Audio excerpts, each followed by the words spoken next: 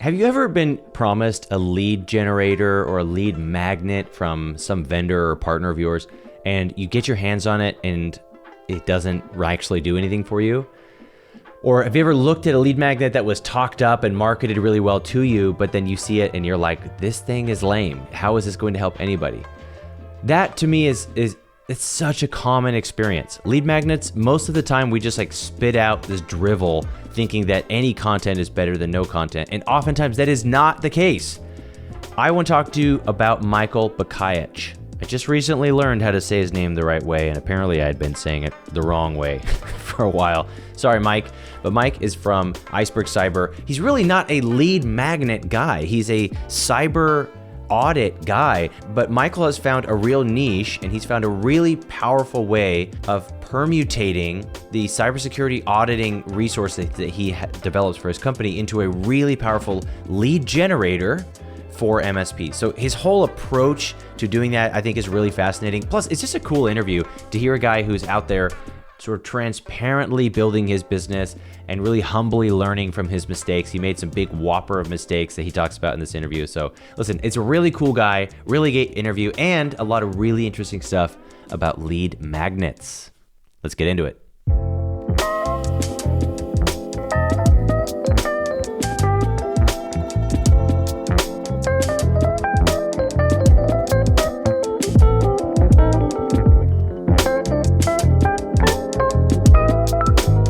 Mike, my man, I'm so glad we finally got this scheduled. Thanks for being on the podcast. My pleasure, Brian. Great to be on the show. Yeah. I won't ask you if you're enjoying the podcast, because then you're going to have to lie and say you've been listening to it when we both know. I don't know if I've made the cut yet for your list of podcasts, but we've talked about podcasts a lot. You're a podcast guy, right? I got the podcast. I chew through audiobooks like nobody's business, but I like to throw in some podcasts just for flavor. I'm doing Malicious Life this week, which is like a cybersecurity tech podcast. Great stories. The one that I'm listening to, I started this morning, it's about a supply chain attack. The Israeli government was trying to disrupt Hezbollah last September, October, something like that. So they intercepted the supply chain of beepers, like pagers, that Hezbollah was using to communicate. Fascinating story, curious ethical considerations, but fascinating story nonetheless. So there's a plug for Malicious Life podcast. I think I heard something about that. Yeah, the beeper situation, and they were tinkering with some beepers, right? It's called Operation Grim Beeper instead of Grim Reaper. And the actors, let's call them neutral terms, the actors infiltrated the supply chain and placed explosives in thousands of beepers that recipients ended up getting. And then the explosives were all triggered by a remote radio signal at the same time. With the audience can imagine what the consequences of that was, or you can listen to the Malicious Life podcast. No comment from me on that. Yeah, understood. Well played. Well, very diplomatically told story. Well done. From the cybersecurity mind, like supply chain attack, physical supply chain attack. Curious to learn from. Geopolitics, that's outside of the realm of this show. But listeners can go check out Malicious Life. I love that about you. Like, we've had a lot of conversations about sales because you're sort of, you kind of become a de facto salesperson, but you really are a tech guy. Yes. And you're a cyber guy. I am a mechanical engineer. Right. I am not. I'm a salesperson, and anybody who listens to me know that they have forgotten more than I will ever know about cybersecurity. I've sold more cybersecurity than most people I know. But in terms of the specifics of all the zeros and ones, no, I don't know how to do that. I can't build a server. I know how to explain a hypervisor to somebody so that they understand what the cloud means as it pertains to them paying money for it, which is all. As long as you can explain it enough to get somebody to pay you for it, then I think you understand. That's all. That's really what we're trying to achieve from my perspective, right? But I'm aware that some of the audience might be unfamiliar with you. talk real quick about who you are and what your company and what you're doing. Right on it. Hello, everyone. If we haven't met already, great to meet you. My name is Michael Bakaic. I'm Canadian from Toronto. So if you were in the southeast of the United States feeling the cold last week, that was me because I was in Florida and I brought the cold with me. Iceberg Cyber is my current startup. Here's a little bit of the background story. Yes, I am an engineer from the University of Toronto. Then I went to college at the University of Alaska. So here's where like the cold theme with Iceberg Cyber comes in. But I had another startup for the preceding like 8 years before Iceberg. And this is part of the formation of what we're doing now. It was a tech company run by 2 engineers. So red flags already should be in people's minds because we were 2 tech people trying to make technology. We were not business people. We were scared of sales. We didn't like sales. I have a distinct memory, which still haunts me now, about how I argued against paying a salesperson commission because I didn't think they were worth the commission because engineers were building all the value in our company. Okay, that mindset led to us going out of business. Okay, because we made the quintessential tech startup mistake, and you could say tech company mistake, that the technology sells itself. If you hear anyone say that, cry a silent tear for them because they're on the wrong path. Nothing sells itself. Yeah. Nothing sells itself. Right. So I blew through almost $5 million of other people's money in 8 years. I blew through it. Wow. And I live with that now. And fortunately, I started Iceberg because I like computers and I wanted to do something with the computers, but still going down the wrong path, thinking technology would be the savior for sales. And again, the first year of Iceberg, we weren't doing anything cool. We were spending money. We were writing software that no one cared for until my business coach told me to smarten up and read some sales training books, and things started to click for me. And that's really like that. I got the books right here. I brought them for Brian, but that's like my whole ethos right now is trying to rescue the same people that were in my shoes, like thinking technology was going to sell itself and save them. Like, you're going downhill. We're trying to make people like sales, get those tech minds to like sales, because they're like, it's fun for me now. It's really fun for me. I like doing sales way more than software development. It's fun. I'm trying to get that mindset shift so that we can still achieve our ultimate goal, which is getting the security to the people that need it. Right. Wow. Okay, a lot to unpack there. First of all, I knew that you had done a startup before. I didn't really know any of the story of it. And you raised again for Iceberg, right? Bootstrapped. Iceberg Cyber is bootstrapped. Yeah. Okay, got it. Okay. Which we can talk about. Come back to that. Okay, got it. So there's 2 main things I want to pull away from here. First of all, you are a walking testimony to the fact that something that you don't know how to do is just like, you need to add the word yet to everything that you say you don't know how to do, right? Have you heard that? Oh, like, yeah. I'm not a good salesperson yet. Yes. Because you were the classic, you hated sales so much that you did not understand performance-based compensation. I argued against with it. With a guy who had other people's money to write the commission checks with at the time. Exactly. And you just did not value it. So you could say that you were on the opposite end of the spectrum in terms of a sales personality and a temperament. You were not raised as a salesperson, trained as a salesperson, didn't think like a salesperson. And then finally you realized, oh, the only way for my mission to be fulfilled is if people buy my product. That's right. And the only way they're going to buy my product is if I figure out how to sell it to them. That's right. Especially in the startup world, there is a long-standing, pervasive misconception that if you build it, they will come.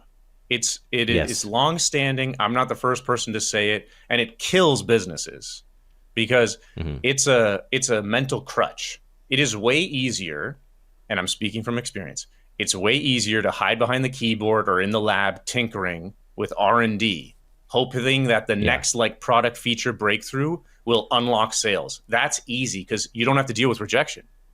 Like you don't have to pick up the phone and someone hang up on you. It's way easier. Right. And that's what way too many people do. Right. Inventors should not be in charge of anything. Inventors should be in a lab left alone to invent things. This is what I believe. And to what you just said, if a startup is not led by a salesperson, it is very unlikely that that startup will succeed.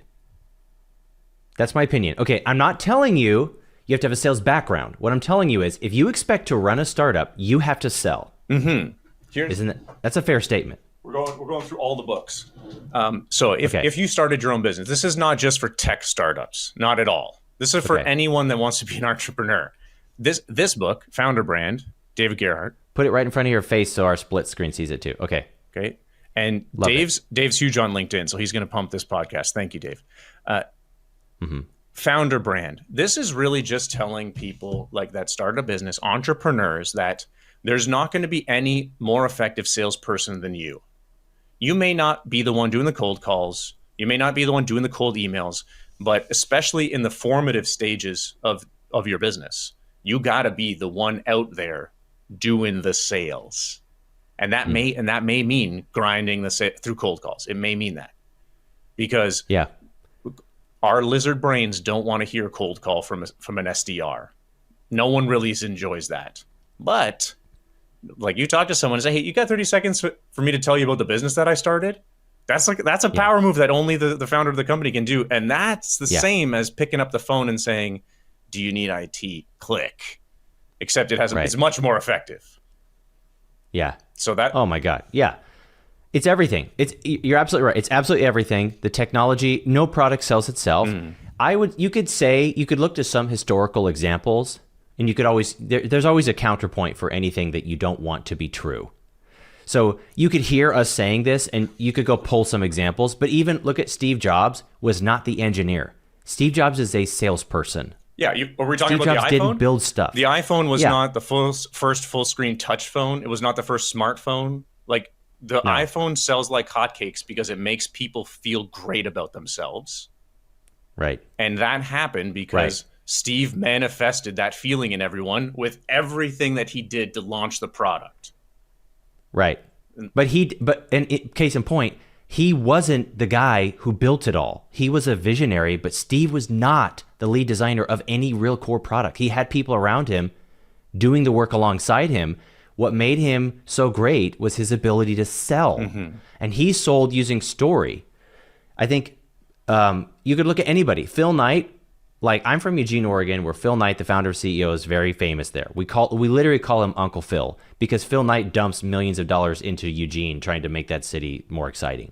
And the University of Oregon, he built built a $100 million basketball arena for the lowest ranking team in the division. And then they started hitting playoffs because that's how you win sports games is you throw money at it. But he sold Nike shoes that he made on the U of O campus. He made tennis shoes with a waffle iron in his bathtub. That's how he made soles of shoes and sold them out of his van. And now he started Nike because he sold them. Mm-hmm. He wasn't just a guy saying, I'm going to make these things and they're going to be so perfect that everybody will come and buy it. Case in point, if you're an MSP, especially if you're an MSP, when the truth is there's nothing proprietary about what you're actually doing. At least about the tech. Together the same, like that. That's the important part. Right. You're stringing together the same tools. You might have your own spin on some open source stuff. Maybe you built your own, call it enablement software internally, but there's not something you're deploying probably onto your end users' devices that you invented. You shouldn't. And so that doesn't sound like a resilient idea. No. So case in point, like that, the need will not sell itself. The product will not sell itself. In some ways, your story will not sell itself. Like you have to have the story and then you have to sell the story. Mm-hmm. Well, this is a big thing that Dave put in his book is someone's going to tell your story. Someone is going to tell it. If you don't go out there and tell it, someone else will tell it. And if you're in a competitive landscape, if you're trying to do managed services in a competitive landscape, someone else is going to tell your story. They're going to say, oh, that company, they got bad customer service, or they don't do this, or we're best in class. Don't use those cliches. Yeah. We're best in class. So someone else is telling your story now. You better go and tell yours. Dude, we came onto this podcast ready to talk lead gen, and I think we will talk lead gen. But I think this is this is a pretty existential where we're at, and I think we need to keep coming at this from a bunch of different angles, because you're a tech turned. I met you, full-fledged sales guy. Yes. I didn't even know you had an engineering background until like 6 to 12 months into meeting you. It's not like I didn't think. We have a fun intertwined origin story, the two of us, you and I, because we did our first Fort Mesa show together May 2023. I was still going in the wrong direction. So like I was talking, I was talking about vulnerability monitoring and stuff. Still a tech solution to a problem that not many people have, especially in the prospecting game. When you called me in October with your idea for the IT Nation spinoff event, that day I bought this audiobook. Okay, I got both of Hermosi's book, and I listened to him the day that you called me, because this was a coincidence that my business coach said, you got to read these books because you suck and you need to learn how to get better. I said, okay, fine. Mm-hmm. That I remember the day because it's formative for me, because from that moment I went from like this downward spiral to everything. Like I love talking about sales now. I'm not rolling in the dough, but emotionally I really like talking about sales and learning and figuring out what I'm doing wrong, and listening to feedback is easier now, because now when someone rejects me, I think, okay, I know how to listen for the feedback. I might get better. Yeah. Keep listening. So I was in the Netherlands on a trip, and you called me, and the IT Nation event, fun learning lesson, but otherwise many fun things that happened from that engagement. Yeah, that's even a story in itself. Like we did an event together. It bombed. Like it didn't work. But out of that came this pivot. I'm not going to give that event credit. I'm not trying to take credit for your transition that you're describing, but out of that came a momentum shift for you. Mm-hmm. Out of that even came, you could say to the listener, there was another guy involved in that event named Tahir. And because that event happened, that became the first blueprint for what later then became ScaleCon. Mm-hmm. And Tahir, comment on this, like shout me out on LinkedIn if what I'm saying is not true. But I'm almost sure I remember Tahir saying that exact thing, that like, okay, we did that first event, and then he was like, okay, there's chum in the water now. Like, okay, I want to do more. All right, I want to do more events. And so we put on an event. It cost us more money than we got back. That's why I say it bombed. I'm not going to say that nobody got anything out of it. It was almost $1,000 per head for dinner. Right. And we all ended up with like, Ziploc bags full of shrimp cocktail, because we went all out on this thing. It didn't work for lots of reasons. Fortunately, some of them were booze in Florida. That was a save. Yeah. That was how bad the party was. We had to return the booze. Right. Cases of it. So there were some reasons that failed out of our control, a lot of reasons in our control that we all learned from. But and then you got to, fortunately, you got to be around a lot of people who bomb all the time, like points to self, like me. I fail. I'm a professional failer. Because I'm a professional salesperson. I bomb all the time. And I just have such a good relationship with failure emotionally that I'm successful. Yeah. Not because I don't fail, but because of my perspective on failure. And Robert Gillette and I had a whole interview about that exact topic. But dude, you made a decision where you were like, okay, it's worth it to like rewrite my perspective on this. Mm-hmm. And in fact, hang on, let me even say this. Let me ask you this. Was that an immediate, in your head, was it a light switch aha moment? Or was it a series of decisions that helped you kind of, was it more perpetual that transition towards being sales-minded happened? October was a pretty clear inflection point. Okay. I first started Iceberg December 2022. That was when we all started going full time. There was 3 of us. That first year, like we were moving in a direction that was an idea that we created internally without any market feedback, which is a complicated way of saying, hey, we thought it would be cool to make a vulnerability scanning product with the naive ignorance that there are dozens of these already. So people would say, well, what Good makes you ones, different? too. Oh, it's tons. Like I could name them for you. But Yeah. we were doing stuff. Like we weren't working towards a goal, we were doing stuff. And I knew that, and I was banking on myself that I would figure something out. Like I was laying the tracks while standing on the front of the train engine. That was what every day was, trying to rapidly figure out what was a better idea.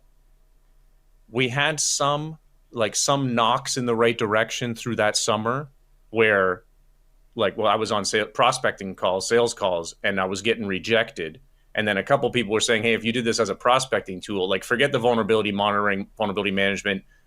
Clients don't pay for that. We can't afford it. We can't upsell this. And I was like, okay. But then someone said, hey, can I just use this to do a quick scan for a prospecting engagement? I thought, yeah, okay, that's cool. We could do like that. Then we came up with some other ideas. Then October, I finally smartened up and read these sales books. And that was an immediate mindset shift. I was feeling like garbage. I was feeling like garbage when you called me in October. I was feeling like garbage. I also really? like that time I knew we were going downhill, and I said to myself, we got to change this around. I've been working out and logging workouts. You and I have been chit-chatting about it on LinkedIn. I've been logging workouts for 400. I'm opening my Excel. 486 days back to October 2nd when you called me. And I have it in an Excel sheet right on my monitor. 486 days. Today's 486th. Because I said to myself, shoot, the only way to get better is to get into some systems that are making me better. Reading the books, that's making me better. Getting in shape, that's a net positive no matter what else happens, and at least give me the experience of being disciplined enough to stay in a routine. So I've had this Excel sheet open on my desktop and my laptop every single day for 486 days, and I've worked out 355 of them. Tonight's a big day. It's 356. And it's not a coincidence that I'm in a better position business-wise now than October 2nd, 2023. Wow. So formative. It was a big day. Yeah. I've had a lot of those. I've actually had a lot of those in my life, many more personally, I'll say spiritually, even as a human being, where you're okay, there was a moment, here's a story I don't share very often, but there's a moment in my mid-20s where all of a sudden I was in my house to putt around doing nothing, and I walked into the bathroom, turned the light on, I looked at myself in the mirror, and all of a sudden I looked at myself, and it wasn't shame, but my inner dialogue looked at myself and was like, oh, you're a loser. You've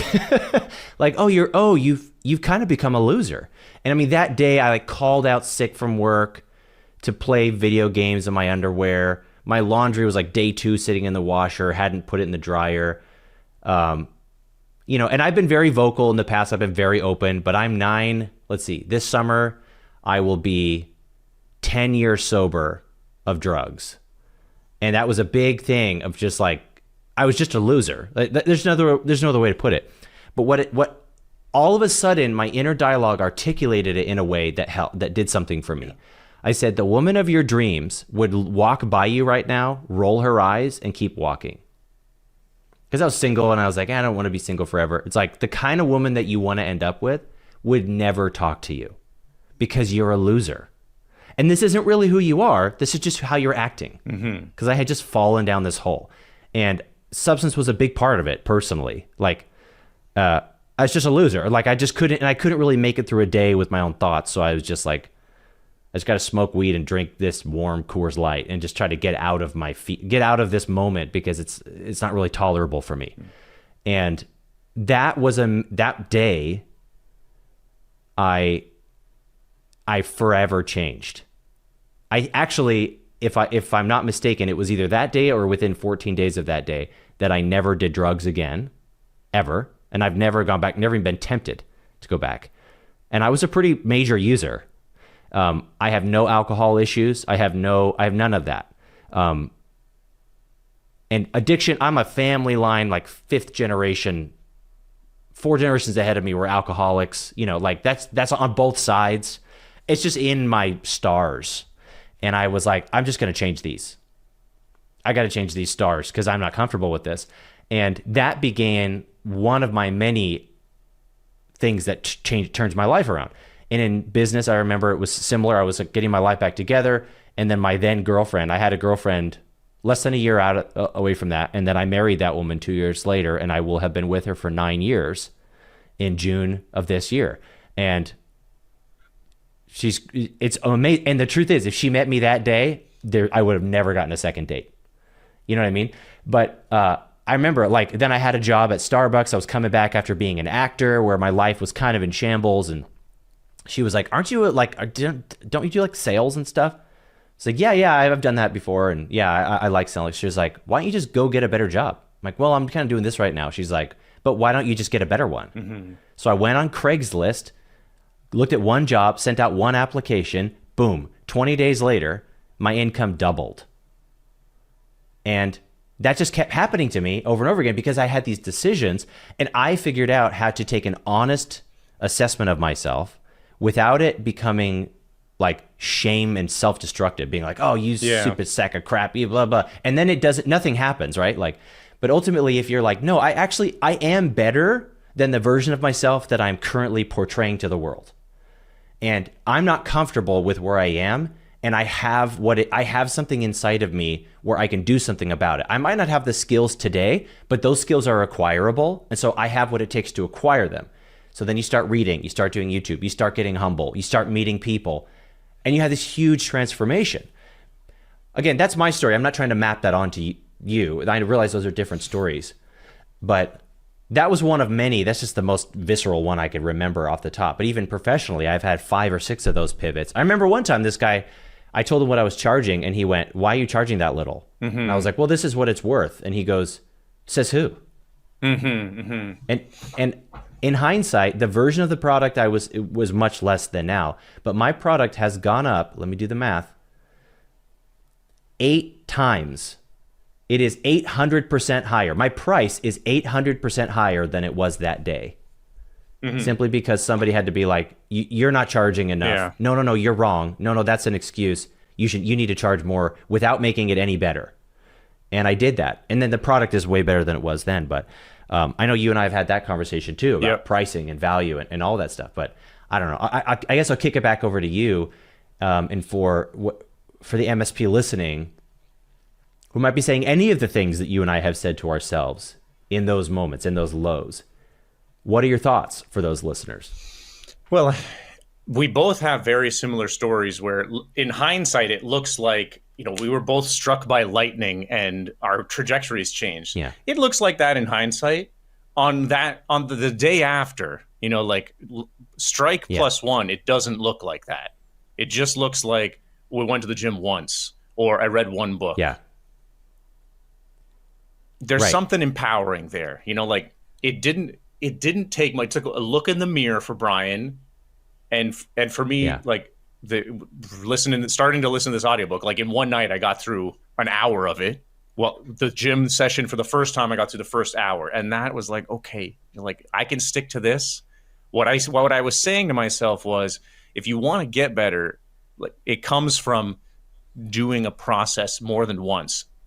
I don't know how to do the sales process more than once. I don't know how to do the prospecting process. I barely still know how to run a business, Brian, but I can work out.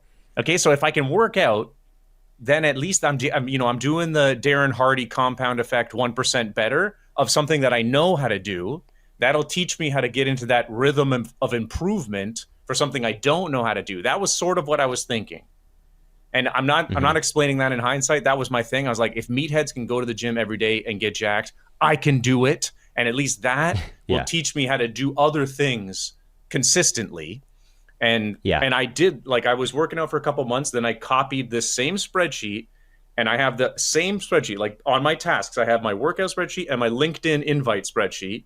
And I've been running the LinkedIn invite, the same format, the same template every single day since December 31st. No, December 8th. Scroll to the top. December 8th. So like 2 months after, identical. Because that was my next step was, okay, now at least I can do something every single day, 1% in the right direction. And the same business coach, he was saying, like, you got to get on LinkedIn because you're talking to no one.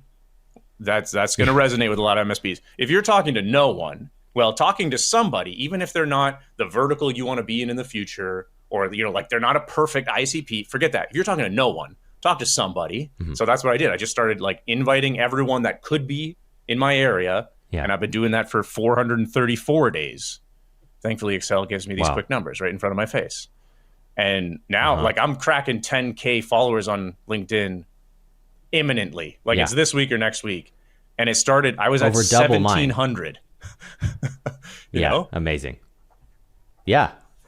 1% I get a lot of business from LinkedIn, and you're over double my connections and followers because of all these things you're describing. And I mean, by the way, I send connection requests every day, and I do all that, and I post every day, and I do all those things too. It's not as clearly you're doing something right. You're doing something great, and you're getting results. In the Warren Buffett method, I've just been doing it longer. I think that's the only thing, because LinkedIn limits all of us to how many invites we can send. So there's no hacking there. Right. You know, I get some organic because, you know, I think I post okay stuff, and some people come organic, but most of it is me going and doing the outbound and then chit-chatting with a lot of people. Like, there's a lot of conversation flow going on. And I've been doing it for 2 and a bit years. So that's it. Yeah. It compounds. Man. I'm hearkening back to a conversation I had 2 days ago with literally, I mean, 2 days ago, I met with a guy who said, you know, I finally come to terms with the fact that I'm just not a salesman. I'm just not going to be a salesman. He owns his own MSP, 20 years in business, a little under 2 million in revenue. And he's like, okay, I've just finally accepted it. He's like, I've tried this vendor and I've tried this vendor, and I almost named him. He's tried a couple vendors that you would know their names, and he's like, I just finally accepted. I'm just not that guy, and it's just not going to work for me. And yet he's on the phone with me, and I'm like, then what do you think I'm going to do for you? I'm a coach. I'm a trainer. Who am I supposed to train? And like, you could tell that deep down he still wanted the results, but he just, the way he was thinking about it was like as if who he was set in stone. But there is no evidence to suggest or support the belief that who you are is set in stone. In fact, I mean, just taking the scientific method, we have a half a dozen counterexamples in this conversation in the last 30 minutes that would prove that statement is not true, that who you are is not set in stone. If so facto, that means who you are is malleable. What you're good at is malleable. What you're capable of can change. The question is, are you going to do something with that information, or are you not?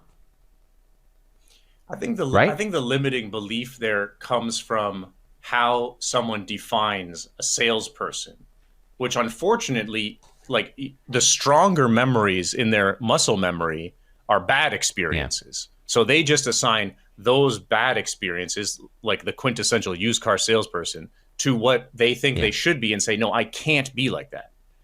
Okay. Yeah. Well, we got a goal to get to. So you either let the rules break you, or you got to rewrite the rules in your favor. Like, there are many colors in the salesperson rainbow. Just be a different one to get to your same goal. Yeah.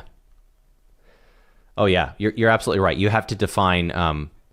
Many times when we're trying to become something, or we have to become a salesperson, if we don't want who we are to be defined by what we're trying to not become. Right. And to use some psychology language, the actual technical definition for this phenomenon is trauma. If you have a trauma, for example, your parents were a certain way and they traumatized you, then you have kids and you say, I'm never going to do blank. I'm never going to do what my parents did.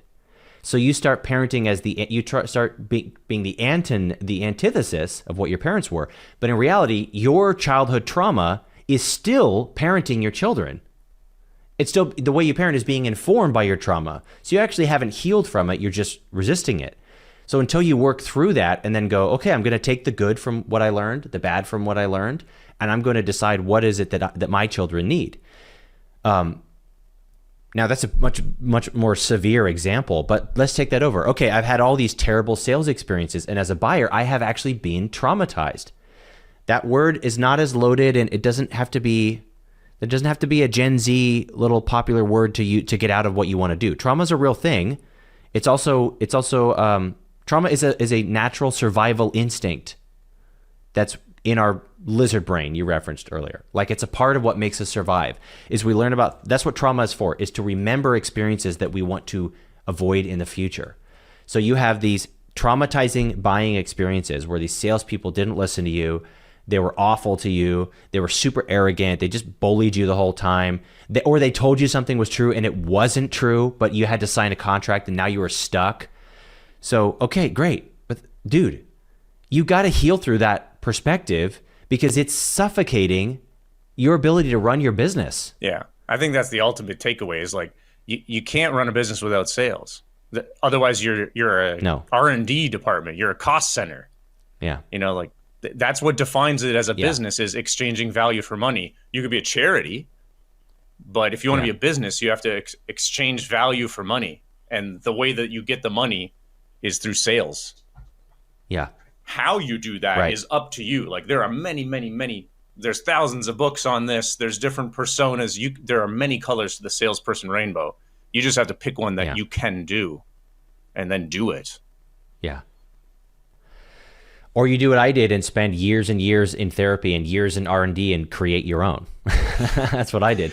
That's what the Feel Good Close is. Yeah, or you abdicate. Like that's probably you and I see that most frequently, is that someone will come and say, I want to hire an agency to do it. I'm going to hire a salesperson. That unfortunately, most of the time it's perceived as delegating, but that's wishful thinking because you're just abdicating and hoping someone else will solve the most important problem that your business has, which is finding the people to give you the money for the value that you want to deliver. There's no other problem. Yes. There's no other problem that you should be focused on. Yeah, dude, you're 100% right. I don't like to use, there's this kind of condescending term that gets thrown around of like, do you ever hear people say like, real businesses do this. So if you don't do this, you're not a real business. Like, a lot of people say that stuff. If you can't leave your business for 90 days and nothing changes, you don't have a real business. Okay, that's bullshit. That's not true. Are you telling me a doctor isn't a real business? Like, it's just not true. However, if you cannot sell your product, you are a department for another business who has not yet acquired you, but you're not a business. Yeah. To your point, if you can't reliably exchange money for your services, your business is not going to succeed. Mm-hmm. And I'm not being a bully by telling you that. I'm stating a fact that you need to understand. And so if you're coming to us saying, no, I just want to do it better. My MSP was bad and I'm sick of having a boss. That's all great. Those are not qualifiers for being a business owner. They're not qualifiers for being an entrepreneur. Entrepreneurs are salespeople. You gotta be. I mean, there's no other definition. I do hear I started my business because I wanted to be my own boss. If you're thinking that, newsflash, that's not a great experience. I am my own boss. Right. It's not a comforting experience most of the time. It's fun when it's working, but the trough can go real low before it starts working. Yeah. And you got to face these demons. Like, if you want to be your own boss and you don't like sales, I don't think it's going to be a good recipe. I don't think that's going to feel good. Yeah. I don't think there's a human being on the earth who doesn't have a boss. Sure. I mean, we're all working for something. Wherever the money's coming from, that's the boss. Yeah. If you have a job, then your boss is your boss. If you own a company, then your boss is your customers. And if you have salespeople, you see what I'm saying? Once you build a good company, then your boss are your employees. That's how Gary Vee says it. Like you got to eventually figure it out that you work for those people. And because they're lining your retirement. They're making your pool bigger and bigger by the day if they're good at their job. They're putting your kids through private school. Your employees are. They're your boss. And your job is to serve and support those people. That's what real leadership, in my perspective, is to actually empower the people who are creating wealth for you to keep doing it. So yeah, we all think, I have a boss I don't like. I would like to be my own boss. But if you want to be your own boss and you have 3 customers, you just have 3 bosses. And they pay your paycheck, and it comes as a form of an invoice, but it's the same situation. So if you truly want true financial freedom, then that's going to come from either inheriting financial freedom from in the form of a bunch of money, or you have to have the ability to create wealth, which is what sales is. You have to have the ability to create revenue out of thin air. You have to take a list of phone numbers, turn it into dollars. That's financial freedom, right? Totally. I'm living the transition still. Like back to the Genesis story. I once argued against paying a salesperson commission, and look where that got me. That company is no longer. Right. I don't work there. It's dude. That was an R&D department for nobody. Yeah. And we learned very, very expensive lessons. And it wasn't until a year and a half after that that the switch started to flip for me. And now, I mean, that's all I think about. I think about sales all the time because I like it. I like thinking about it because in my mind, I know that is the direct path to getting to where I want to go. It would be great if people would come and just buy the product by themselves. That would be awesome. Right. I don't think that ever happens. Even for large companies where you can like go to the website and self-serve and purchase, that's an arc that has been built on a lot of direct sales, then referral programs and like affiliate programs and like a lot of marketing. But that's all part of the sales process to get to now it can be very self-served. That's fine. But it's still built on, at some point in the beginning, you have to look at someone else and say, do you have a problem? Yes. I have a solution for that problem. Would you like this solution in exchange for your money? Yes. Yeah. Right. Right. Yeah, 100%, man. Would you ever raise money again, do you think? For Iceberg or for something else, like having gone through it? Okay, throwing back to the bootstrap comment earlier. I'm on the bootstrap kick. I'm loving it. It is a bigger challenge. Okay, there's no right or wrong recipe to starting a business. The last business, we raised money from investors. At the time, it sounded like a good idea. I don't know retrospectively if it was, but at the time, it was a fine idea. Now, like, people ask me, investors come and say, Iceberg looks like they're doing something great. We want to invest. And I say, yeah, that's cool.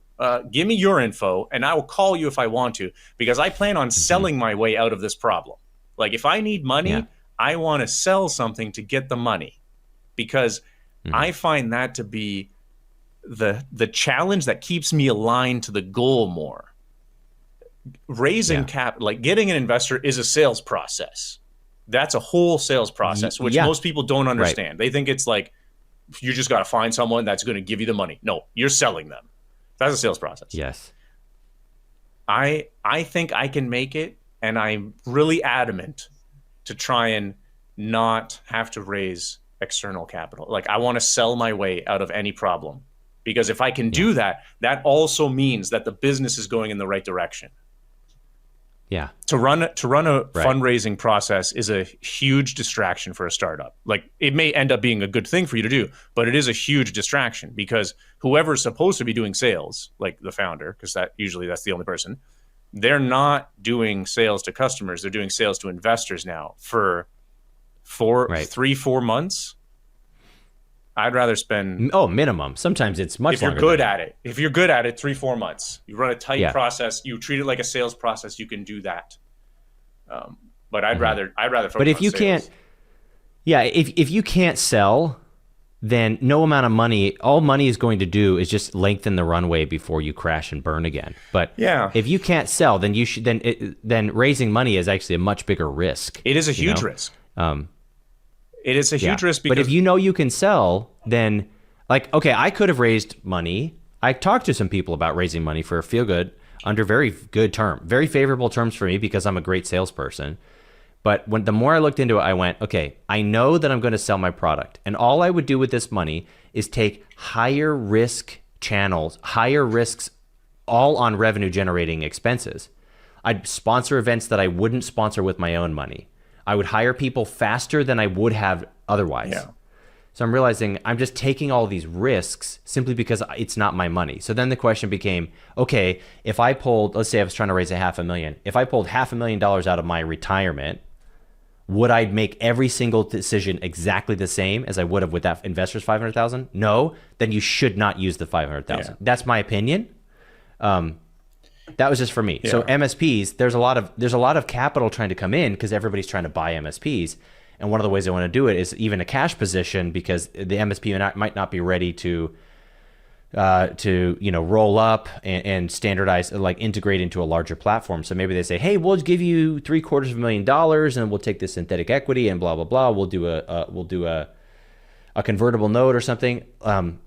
Just keep in mind that if you want to raise money, if you don't know how to sell, what's going to happen is you're going to be out of money. Mm-hmm. Nothing will have changed on the biz dev side. You don't have any more customers to show for it. You just have more stuff. You have more expenses. Mm-hmm. You have a weight around your foot and you're trying to swim. Yeah. Because it's yanking you down because someone's like, I gave you that money. Like I took millions of dollars from other human beings and I burnt it. That's a weight. It wasn't free money for them. It wasn't disposable. They were not happy. Right. That's a weight. And yeah, I am right. I have the trauma there and I'm trying to operationalize it constructively. Like I have the trauma there, no doubt. And now when I hear other startups, because you go to like the other startup things and everyone's saying, oh, I raised money. Like it's a win.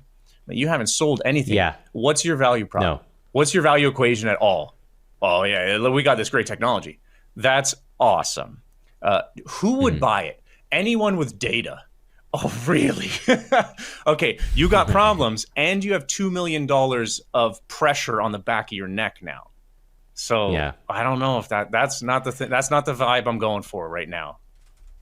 Yeah, right. Raising money is not an achievement. It's an obligation. Totally. Oftentimes that you don't realize until you get to the wrong end of the rainbow and you realize, wow, this is not good to look at someone in the face and say, I wasted your $2 million. I want more.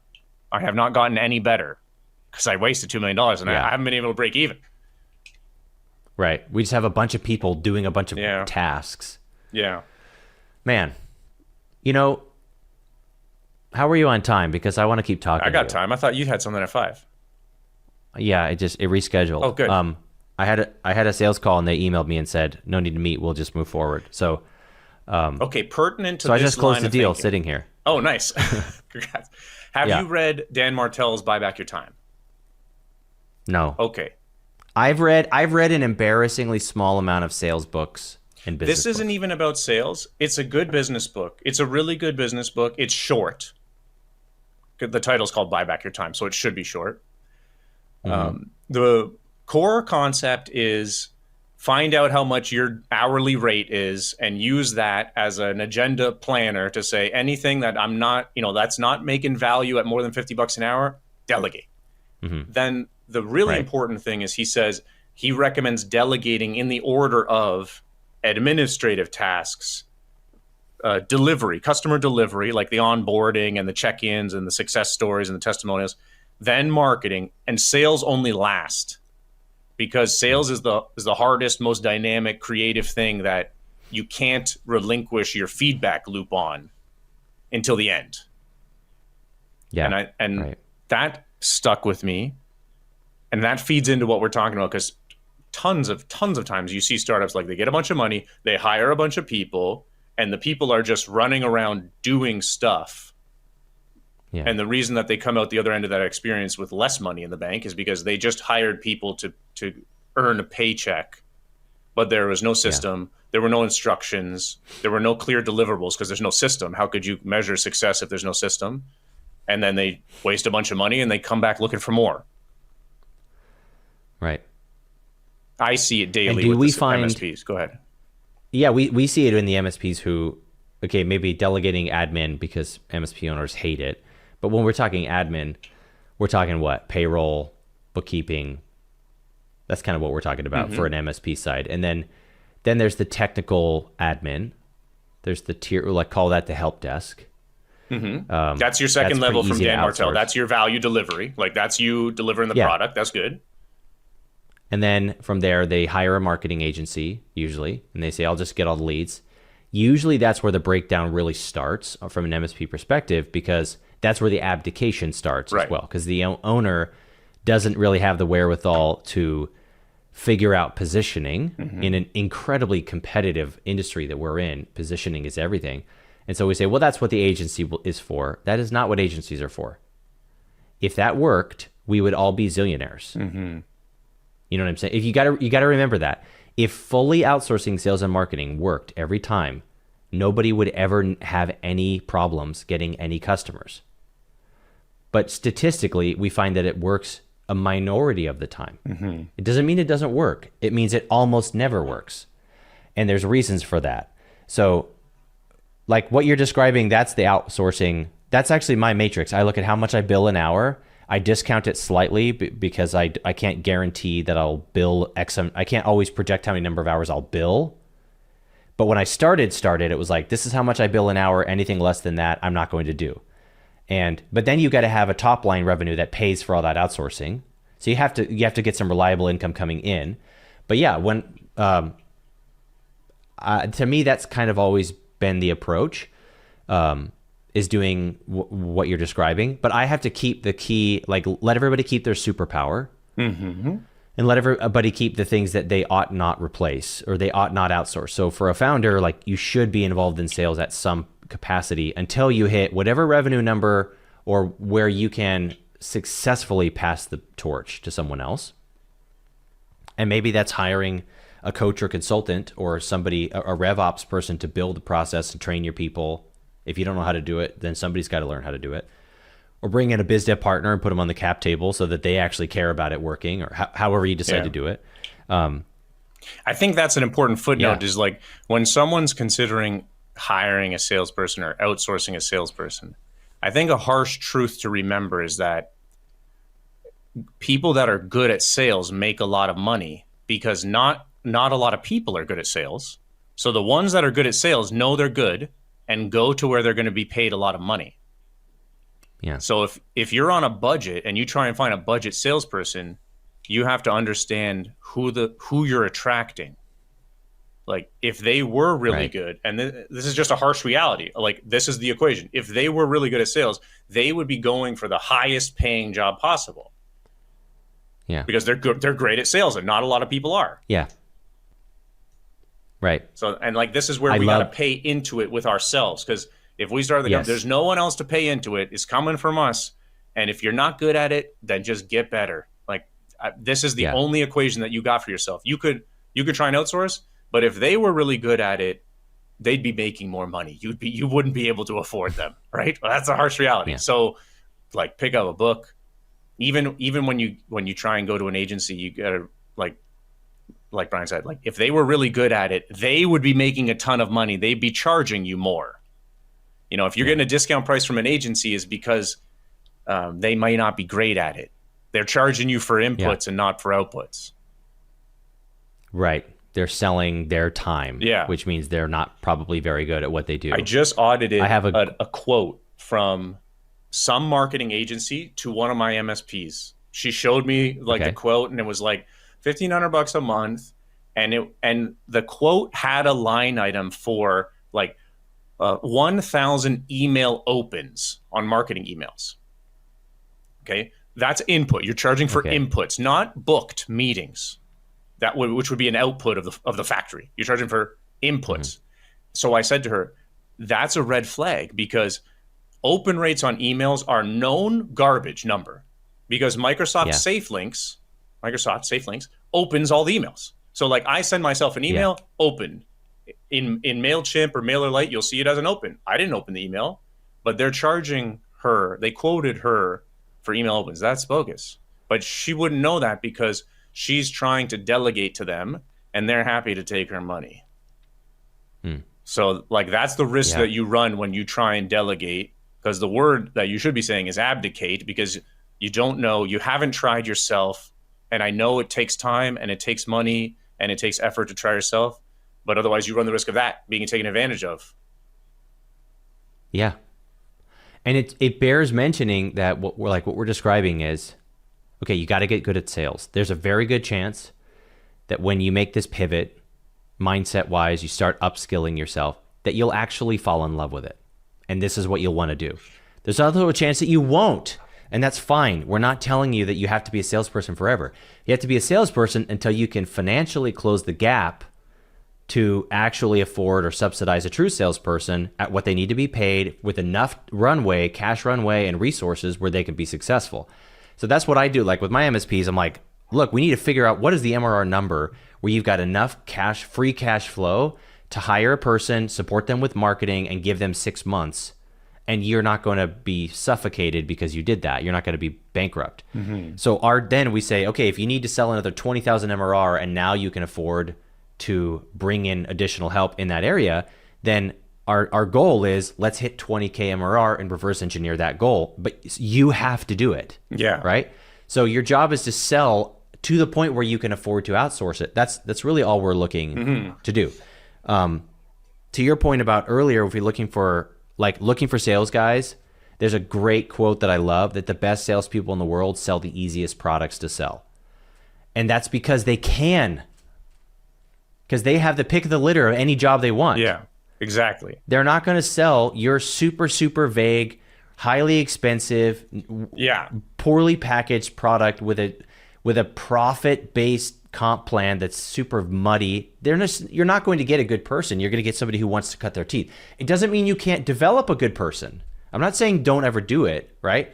But like, as a salesperson, if you were to write a comp plan or a job description that said, we're 20 years in business, our customers love us, our customers have been with us for 15 years, uncapped commission, largely performance-based, you'll be developing your own scripts. So far, there's actually zero good news on this job description from a sales perspective. Just to be frank, what it sounds like is we're in business because we just haven't gone out of business and we have no clue how we got here. And I'm just going to say uncapped commission because I don't know how to compensate you. But it's not generous to say uncapped commission. That's not generous. I don't think I've seen a commission plan with an actual cap on it in like 10 years. So there's nothing unique about that either. If they keep selling, they should get to keep earning. But there's nothing enticing about that role to a salesperson just yet. I have a great interview with John Davenjay about that on this topic, on like how to attract salespeople, which is a sale in and of itself. It's a sales process, yes. To a person that knows how to sell, which makes it harder. Yeah. Right, and who can spot the BS, you know? I want to pivot really quick, though. I want to ask you a couple of questions about lead generation. Can we talk about that for a second? Sure. You do this, so you built this product, and it started as a technical discovery tool, and you quickly realized, or maybe not quickly, but you suddenly realized that, oh, this thing is actually really valuable for generating conversations, not just generating reports. Yeah. Talk to me just a little bit about that transition for Iceberg and kind of how that came about. Was that an aha moment, or was that customer feedback? Or it was customer a good piece of feedback. Advice? It was customer feedback, which we were hunting for. I have it in my notes. I read a book on how to do win-loss analysis. I go to the books. When stuff's not working, I hit the books. read a book on win-loss analysis, which is just a fancy way of saying getting feedback. And I interviewed as many people as I could. Some of them were paying me. Some of them stopped paying me, interviewed them too. Some of them were just prospects and trying to pull info from them to learn like why my baby's ugly and how to not make it ugly anymore. Okay. And through that came this repositioning. It's identical technology. Like our technology hasn't changed. It's the positioning that has changed. So the use case is no longer, do you want to do a vulnerability report for someone, to here's a fun lead magnet that you could show to anyone, and then through successive steps and the right questions, filter anyone into a prospect that very well may pay you money. And that repositioning was like early last year into the summer, and then really started hitting it like August, September. And then ScaleCon came at a perfect time for us, because then I told a bunch of people all at the same time and they all loved it. And I thought, wow, okay, so this is the thing now. It is a lead magnet. It's the cyber lead magnet. That's our thing. And that's how it transitioned from being a security tool that technicians would use. Like in the first year, I was talking to the technicians and like trying to train them on how to do vulnerability assessments and read an asset inventory and patch CVEs. Don't fall asleep, Brian. But people fall asleep at that point, especially when you're telling an MSP that this is a tool that they could use to upsell their clients. Like this is a vendor thing that I hear all the time, is like, I'm going to sell you my tool. I'm going to charge you for the tool first. Then I will help you sell it. Then you got to pass it through. Yeah. This like half-hearted will help you sell our product, but you got to buy it from us first. No, that's not good. Right. So putting it out at front was a big thing for me. And then we've just been compounding that, like all the new features, the CRM integrations that we're doing, the other prospecting tools, like the videos on how to get contact info from chamber websites. All this stuff is now just adding more goodness to the use it at the top of the funnel. It's the initial lead magnet. Like there's 4 levels of lead magnets in this thing, because I'm all about lead magnets now. Everything's a lead magnet to build trust. So like there's levels of lead magnets. Then there's the real punchy one at the end. It's a way to go from this is a stranger to you just talk to them. Now they trust you a little bit. They trust you a little bit more. They've been vulnerable enough to tell you about their problems. Now you can try and solve it for them. So, okay, let's say this. Iceberg aside, how are you? Because you're pretty you're actually kind of blowing my mind how hands-on you are. You just told me you're flying to Wisconsin. Yes, probably tentative as of 3 hours ago. So to sit in on a Chamber of Commerce presentation for one of your MSPs. Sit in. That sounds passive. Right? I'm no passive guy here, Brian. So are you running the presentation? Oh no, it's way more fun than that. Okay. New subscriber. They came saying, we saw the CyberScore lead magnet. We love this type of thing. We have a Chamber of Commerce event coming up at the end of February. And I said, yes, beautiful. It's fantastic for that. Last October, I did 11 of these in the Toronto area with my MSP subscribers, because I want to get to the front of the feedback line. You know, like I want to hear it from the accountant, what they think about it. Yeah. So I said, hey, at that last week of February, I'm not doing anything. I will come. It's like $300 flight. I slum it in the motel, and I'll be there. So February 6, 7, 8, tentatively, as of a couple hours ago, going to Wisconsin for business association event. They have the TV stand, maybe a little printer. Where's my little thing? You know, like you print the little cyber scorecard right on site. It's a good little 90-pound paper. You take that, get the conversation started. And I'm like, they're going to give me a little polo. I wear their colors, get the convos going. Wow. So, okay. This is what I'm talking about.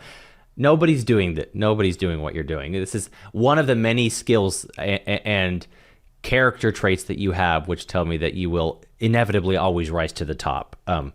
And it's what makes me like you. But iceberg aside, here's what I want to ask you. An MSP who's listening to this and they go, I don't want another tool. Or I've already got a tool, but I don't know how to create any conversations, and I'm trying to get people to pay me $2,000 to come and do a cybersecurity audit, but they won't. Their incumbent MSPs won't let me, and there's all these roadblocks because it's not the easiest conversation to be like, "Hey, can I plug a device into your network? Trust me, nothing bad on it. We promise." Yeah, it requires trust. You have to build trust. Okay, we're hitting the textbook. All right. This comes from we're doing the book of Alex, $100 million leads, how to get strangers to want to buy your stuff. Right? If you search up his name You're on the welcome, internet, Alex. You can't miss him. He's all over. Can't miss him. Okay, so your core offer are your managed services. No confusing part there. That's your core offer. That requires a lot of trust. It's not a cliche to say that the managed service provider relationship is a very emotional relationship with the client. It's not transactional. You're not a commodity. Right. If you were a commodity, they would go to Microsoft. But you're not. It's a very emotional thing. So that requires a lot of trust. We both learned from ScaleCon that typical managed service clients stay 10 years. So this is a long-term relationship. You got to get them to that level of trust even before they'll feel vulnerable enough, they'll feel comfortable enough to be vulnerable and say, I have a problem that I need solved. Yeah. Especially when you do a little situational awareness and realize that like the tech of a business is core to their business. So for them to vocalize like I got a problem here, like I can't have any of my employees working remotely. You know, like I'm sharing private information over email. These are bigger issues with them that they need to solve. They got to feel comfortable enough telling you this because they're not telling everyone. So you got to like work them up that trust ladder. And like there's a magnet on the front of this book because it's about lead magnets. And lead magnets are the way to build trust. Like you find a narrower problem that they may have a solution for that. Like a comprehensive solution for a narrow problem. Solve that for them. And then they say, okay, this Brian guy, he seems like a stand-up guy. He helped us with this one thing. You know, I was also thinking we had a problem over here. Let's ask Brian if he can help us solve that problem. Get a little bit more trust. And you work that way up until they say, you know, we've been dancing around this. I'm glad you helped us with this like Microsoft savings calculator. Our real problem is that we have one computer for 40 employees and we really don't know what to do. And then you say, no problem. I've heard about this for other accounting companies. I know exactly what you should do. Here's my idea. Mm-hmm. Right. So what we need to do is we need to have lower barrier, lower risk opportunities for them to engage with us. We create value and build trust while solving a problem for them that doesn't require them to get into bed on a 3-year, $5,000 a month contract. Absolutely. That is a great way to say the purpose of that describes practically this sales process. Like you go from a total stranger that does not know you and therefore doesn't trust you to someone that wants to sign up for a 10-year relationship with you. Yeah. Let's whiteboard some lead magnet ideas. I know you've already got a bunch that you offer, but I think there's dozens of things that MSPs could use as a lead magnet. What are some of the things you're seeing MSPs use as a lead magnet with success? Some of the easy ones, like the savings calculator. That's an easy one. You know, like free training. You do the lunch and learn how to use Teams, how to use Microsoft Bookings. Yeah. The savings calculator on you're paying Microsoft. And you're also paying Calendly and Zapier and you know all these other things. Savings calculator. Donating the old computers. You know, like the spring training thing. Not spring training, spring cleaning, spring cleaning. You know, donate the computers. You hook them up with the charity. Everyone feels good. They donate the computer. They get whatever $50 off an iPod or I don't know, whatever. That's there's a lead magnet, and it just gets you face to face with them. You chit chat. You find out about this. That's a great one. Yeah, the spring cleaning one I think is on, and it's timely. Like you got 4 weeks to plan it. Find a local charity. Libraries need computers. Make sure you bring the power cords because I've been told that that's the number one thing that they need is power cords because people donate computers, no power cords. But there you go. In the book, and go ahead, Brian. Okay, I was just going to say even that you could have your sales rep in the month of March anybody but accountants. Or I don't know what it's like I don't know what the tax time is in Canada, but here tax day is April 15th. So accountants, you don't really talk to accountants until like May. But you call these businesses, and here's what you have your cold caller do. Because we'll get more into this later, but one of the beautiful things about having a lead magnet is it's not just better for your inbound, but it significantly supercharges your outbound. Mm-hmm. Because the reason your cold calling doesn't work is because you're calling a stranger and saying, imagine calling women that I met online and saying, hi, you don't know me. Would you like to get married? Mm-hmm. You're propositioning It's too big of an ask. Yeah. You're propositioning them. It's too big. Instead of saying, hey, you and I don't know each other. We do have a few friends in common. And my friend Larry, said that you and I might get along. Listen, I'd love to just chat with you. I wrote you a letter about some of the things that I'm interested in a partner. Whatever. I'm making sort of a silly example. But that's why you start in the DMs. You don't start with it. You don't propose marriage on the first date because you have to build trust over time. So you need a first date for these people for your outbound. Mm-hmm. So you need something to go, hey, my name is Brian. I work for XYZ IT company. Listen, I know you don't know us. We're running this promo right now. Anybody, I'm calling you because you're 20 minutes away from my office. Do you guys have anything that you want to donate to get a tax write-off? Do you want to donate to a reputable charity that we have vetted on your behalf? Local charity that they're going to recognize. Yeah, a local charity. Here's how it works, Mr. Customer. I can send you all this information so you can vet it all with absolute clarity and know that 100% of what you're donating is going to the right place. You get a tax write-off. We'll drive to your office and pick it up. And all we ask in return is that you let me leave a box of donuts and a box of mouse pads. Sure. Now you're in front of them. You've done something. You've created value for them, and that's a good pillar to start your relationship on because it's a good first impression. Yes. And why not? Dude, do that. If it's and just make a short list of people within X miles away from you. Call all of them with that, and then call them again in 6 months with a totally different lead magnet. Yeah, that's exactly it. That is the practical explanation. The emotional win here is that when they say no, they're not rejecting you. They're just saying, no, the third thing that you mentioned, not you or me, the third thing, I don't want that. You didn't get rejected. Mm-hmm. You don't want to donate? That's okay. You don't have to donate. Who else do you know that might want to donate their computers? So you didn't get rejected. Sure. So your salespeople or you, like talking to business owner, MSP business owner, you will not get rejected. You're not propositioning them. They're not saying, I don't want to give you my business. They're saying, no, thanks. We don't need to donate. We don't have anything here. Yeah. Good. So now you can do it without the fear of being rejected, which is the big emotional hurdle that people need to get over.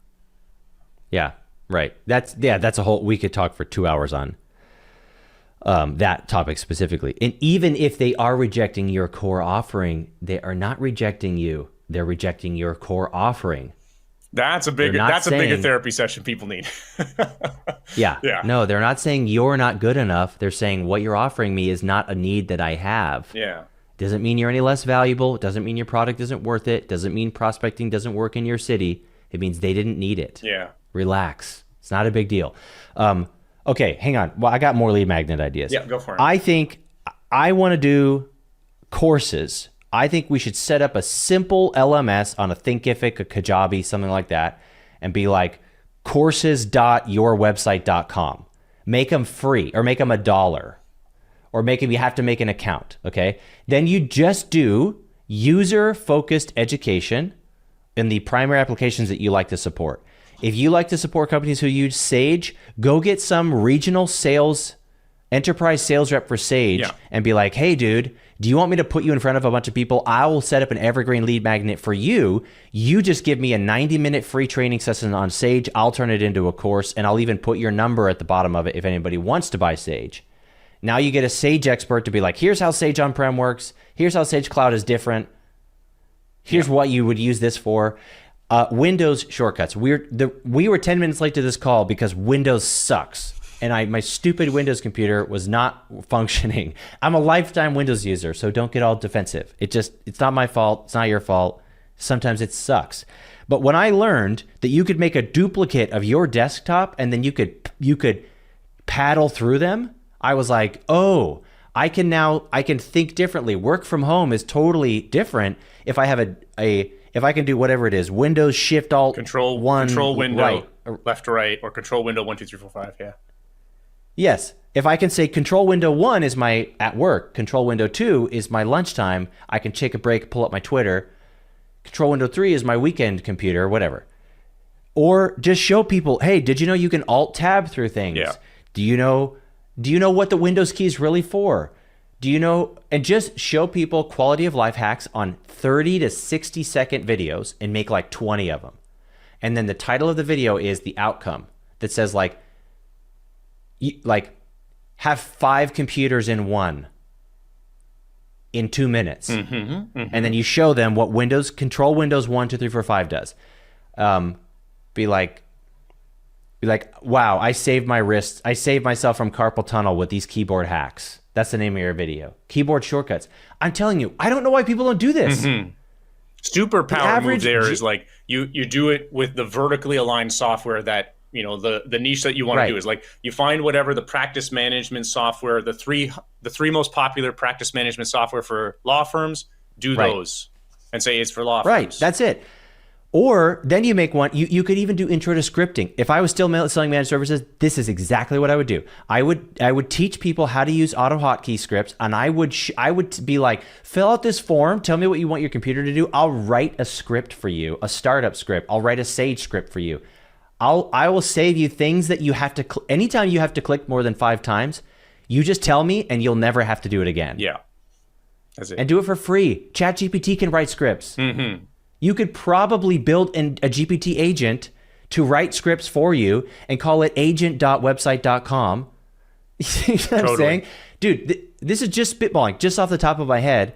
Then there's the lunch and learns. Then there's the basic, like, you could do the educational webinars, like how to increase your cybersecurity, parentheses, without hiring anyone. And show them like, hey, the pillars at the lowest hanging fruit is MFA and password manager and face recognition on your Windows Hello. If you do these 3 things, you'll be so much more secure. And let me show you how to do it beat by beat. Let me show you how to set up your own IVR if you use Ring Central, if you're trying to steal people from Ring Central.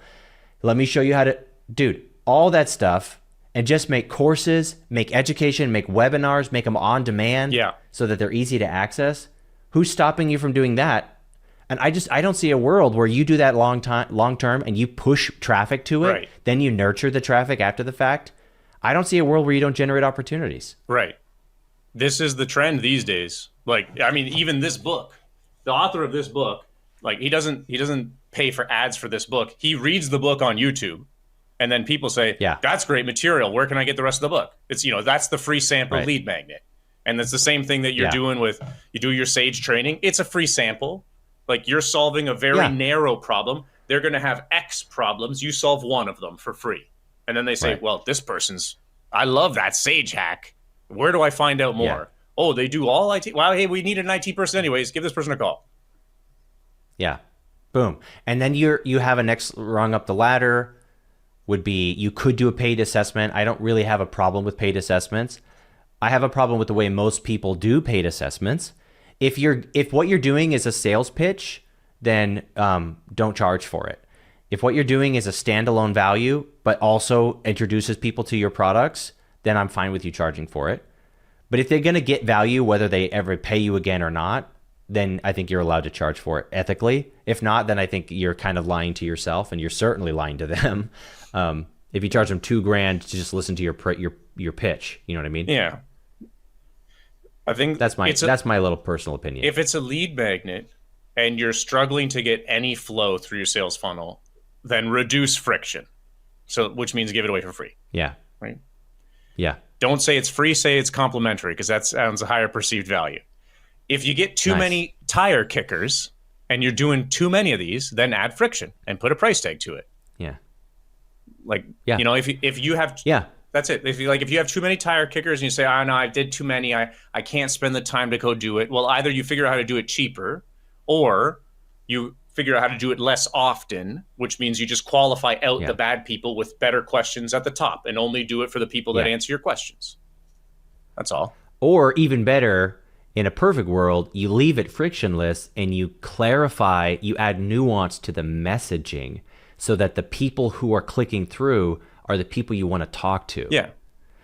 That's how you do it. Is you make it so you don't say free Microsoft calculator. You say how law firms are saving hundreds of dollars a month using this free tool. Parentheses, you'll be shocked how easy it is.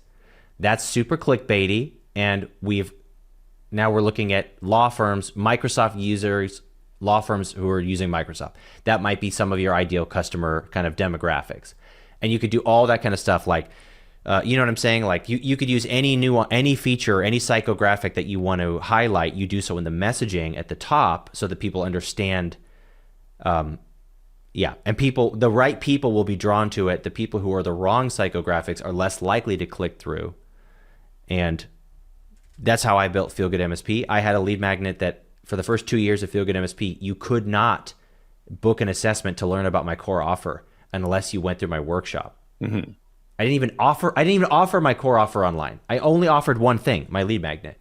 And I still run the same workshop. I mean, it's not exactly the same for every month, but I run a $47 3-day workshop, 4.5 hours of training. I only let in 10 MSPs, so I'm not making money on it. And a percentage of them will convert, and most of them will never spend more money on me. I'm 100% fine with that because I'm building goodwill. I'm adding value. It's fulfilling my mission of trying to make a direct impact to our industry. But yeah, and I don't pitch, by the way. I don't even pitch my product in it. It's just like, here you go. Here's a bunch of helpful training. Mm. You're qualifying. And a percentage of those people, yeah, I qualify, but I don't pitch at all. I never talk about my main product at all in that training because I don't need to. And then the people who are the right fits are going to come through. The people who are not the right fits, they're going to take that. They're going to gain a lot of value, leave me a great review online. And that's how I built this from the very beginning. And I'm just developing more and more of those. We have calculators now and templates, and we're making new lead magnets all the time because this is what business looks like in today's age. Mm-hmm. And I mean, we've spit out a bunch of more ideas. Any more we can just get on the record? Other lead magnet ideas? In this book, Alex gives 3 types of lead magnets: reveal a problem, free trial, and free step 1 of X. Okay, the reveal a problem, those are your like savings calculators. Cyber score is a reveal a problem, quintessential. The free trial, that makes sense. You give away the free laptop or tax receipt if you donate for the spring cleaning. I find the free step 1 of X to be, like the most opportunity for creativity, because there are many steps both of qualifying and onboarding that a prospect transitioning to a customer has to go through, like especially in the onboarding process. If you take them from never having an MSP or having a different MSP to being your client, there's steps in this onboarding process. You're going to have to do them anyways. If you position them as a lead magnet, the prospect perceives they're getting free value. You were going to have to do them anyways. Yeah. But I think there's opportunities there to come up with even more, so that by the time, because like your workshop is a type of this free step 1 of X, and it's a good qualifier for you, because if they won't spend $47 and show up to the workshop and participate, they're not going to be a good client. Then I don't want to. Right. I never want to talk to that person. Don't waste your time on bad clients. They're just going to churn and give you a bad review on Reddit. We've all been there. So this is a free step 1 of X that doubles as a qualification step to find a good client. But the recipient thinks that they're receiving great value. So it's a win-win. They perceive. But they are receiving great value. They don't just think it. They are receiving great value. I mean, especially not to sound defensive of my case, but like, hey, I'll give you we'll document your entire IT environment for you for free. Well, you were going to do that anyway using IT Glue, and then we'll just spit it out to you in a format that you can do something with.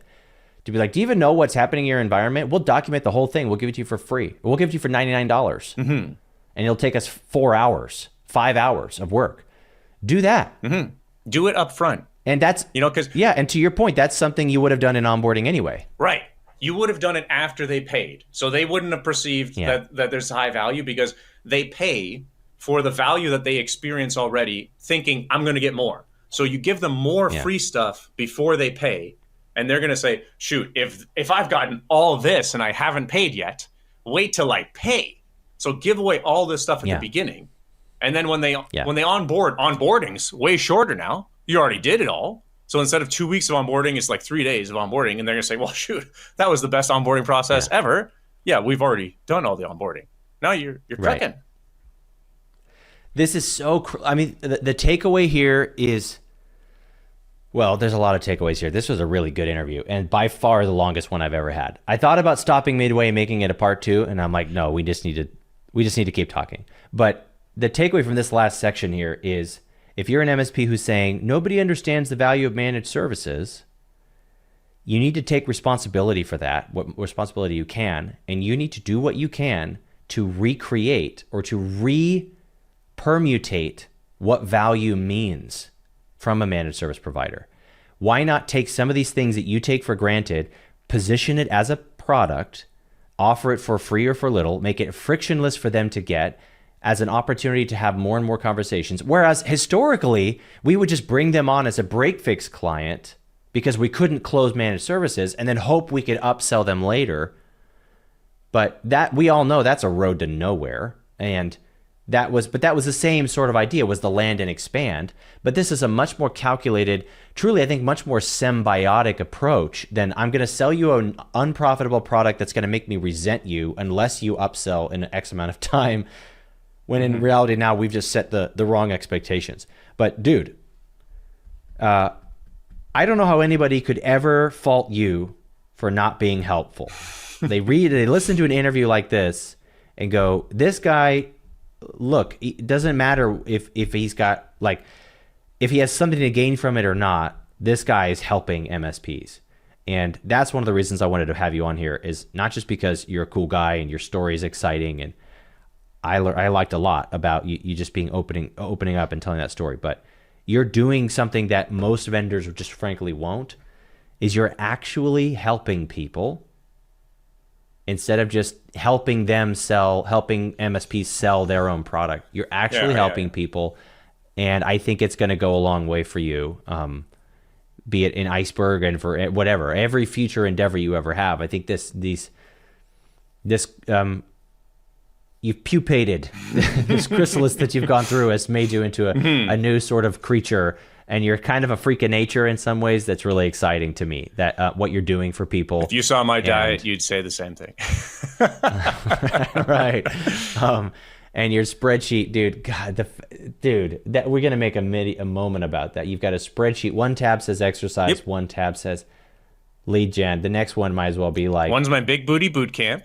That's my exercise one. And then the other one is Operation Holiday. It's not about me going on holiday. Someone asked me that. It's because a great marketing book is written by Ryan Holiday. Yes, the same Ryan Holiday that writes all the Stoicism books, which are equally as good. But that's the Operation Holiday as an homage to Ryan Holiday. Amazing. We're hitting all the top business authors, hoping that they're going to comment on this podcast, and we're going to go big. Yeah. I mean, I'll tell you what, Alex Hormozi certainly doesn't need our little publicity. But I hope he appreciates the shout out, and I love what you're doing, dude. If you're looking, if you're an MSP and you're listening to this and you think these two guys are full of it, okay, these two books are free audiobooks. Just like, if you're gonna gamble anything, just try that. Go listen to like this chronologically, purple before blue. Go find $100 million offers. You can watch it as a YouTube video. You can read the book. You can do the audiobook. You can do the ebook. It's in every method, okay? Intentionally. Just gamble your time on that. Give me 2 hours. It worked for me. It may very well work for you. What else do you have to lose? I love that you're in the final pitch of this podcast. You're not even pitching your product. You're pitching a free product of somebody else's. If somebody wanted to get a hold of you and learn more about what Iceberg is doing, why don't you give us a real quick, like, what is Iceberg doing, and how does somebody get a hold of you if they want to learn more? We're the magnet part of this cover art. Cybersecurity lead magnets. So you have something fun to break the ice with a prospect so you don't feel salesy. We got our cyber score, put in someone's website, 30 seconds later, cyber score, email security, dark web, website security, fun conversation material. And then the next level is a plug and play cyber risk assessment. You plug this little computer in, salesperson only, no technicians, 24 hours later, vulnerability report. Like the same tools that you've probably tried before and had your technicians spend hours doing. I'm just trying to wrap it in a plug and play way so you can operationalize it for sales and talk to more people and get them to feel comfortable telling you about their problems. If you hear their problems, then you can pitch them and maybe you can make some money. I love it, man. And I'll have a link down to that in the show notes of this video. Thanks for doing this. Thanks for being on with me for so long. My pleasure. Double feature. I appreciate it. We're the Quentin Tarantino double feature of MSP podcasts right now. Yeah, right. I'm glad you're here, man. Thanks everybody for sticking through this long episode with us. Thanks for just sticking with the show in general. As always, you can reach out if you have any questions. Go out, get this stuff into the business, and happy selling. See you, Mike.